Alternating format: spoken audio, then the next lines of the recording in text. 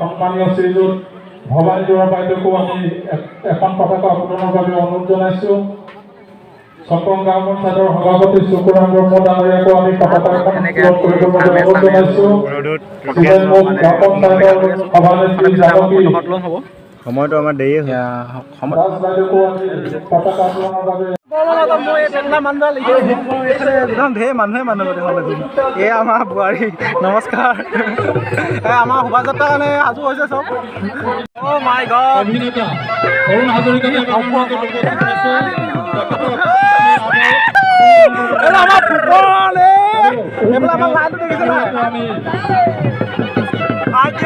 আমাৰ মাজত উপস্থিত হ'ল অৰুণ হাজৰিকা দেৱ ওৰফে নেটকাইটি। আমি এইদৰে সকলোৱে শোভাযাত্ৰাৰ বাবে আগবাঢ়িলোঁ। তেখেতলৈ বহুত বহুত ধন্যবাদ থাকিল। ইমান ব্যস্ততাৰ মাজতো আমাক অকণমান সময় দিয়াৰ বাবে তেখেতৰ সুস্বাস্থ্যৰ দীৰ্ঘায়ু কামনা কৰিলোঁ।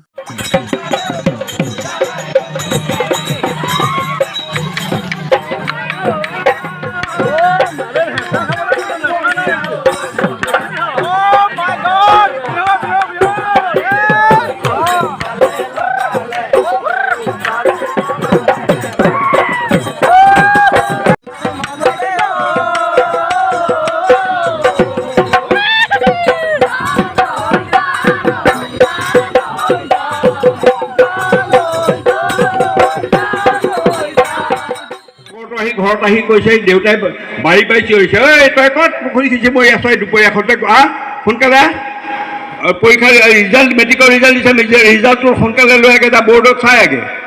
জোৰ জবৰদস্তি তাৰ লগত গ'লোঁ। মেট্ৰিকৰ ৰিজাল্ট ক'ৰ পৰা চাই? ওপৰৰ পৰা চাই। মই তলৰ পৰা চাইছোঁ। মই জানিছোঁ ওপৰততো মোৰ নাহে, 1 নম্বৰ 2 নম্বৰত নাহে, ফাৰ্ষ্ট ডিভিজন ছেকেণ্ড ডিভিজন নাই, থাৰ্ড ডিভিজনত ফচককৈ তলত পাই গ'লোঁ। থাৰ্ড ডিভিজনত আছে মোৰ। গতিকে 3 নম্বৰত পাছ কৰি মই মেট্ৰিক দি দিলোঁ। একেবাৰে ৰক্ষা নাই। নাটকত লাগি গ'লোঁ। নাটকত লাগি আহি মেলি এইবিলাক কিবা কিবি কৰি পেলাই এই অৰুণ হাজৰিকা এতিয়া 30 হ'ল আৰু উপায় নাইকিয়া হ'ল। এয়া হৈছে দ্বিতীয় দিনৰ কাৰ্যসূচী। আজি সাংস্কৃতিক সন্ধিয়াত আমাৰ মাজত উপস্থিত আছে দীপু দীক্ষিত দা।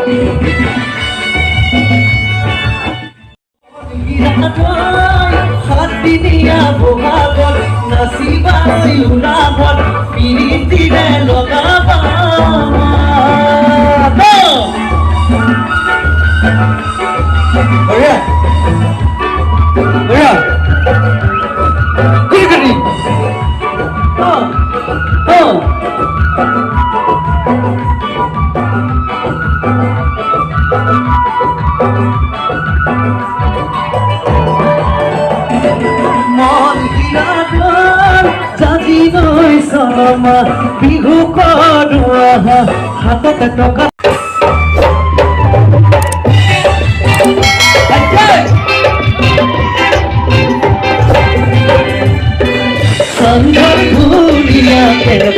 রঙ্গ ফুলে গো আজি ধুলে গরে মতে লিগা সাগরু আজি ধুলে গরে মতে লিগা সাগরু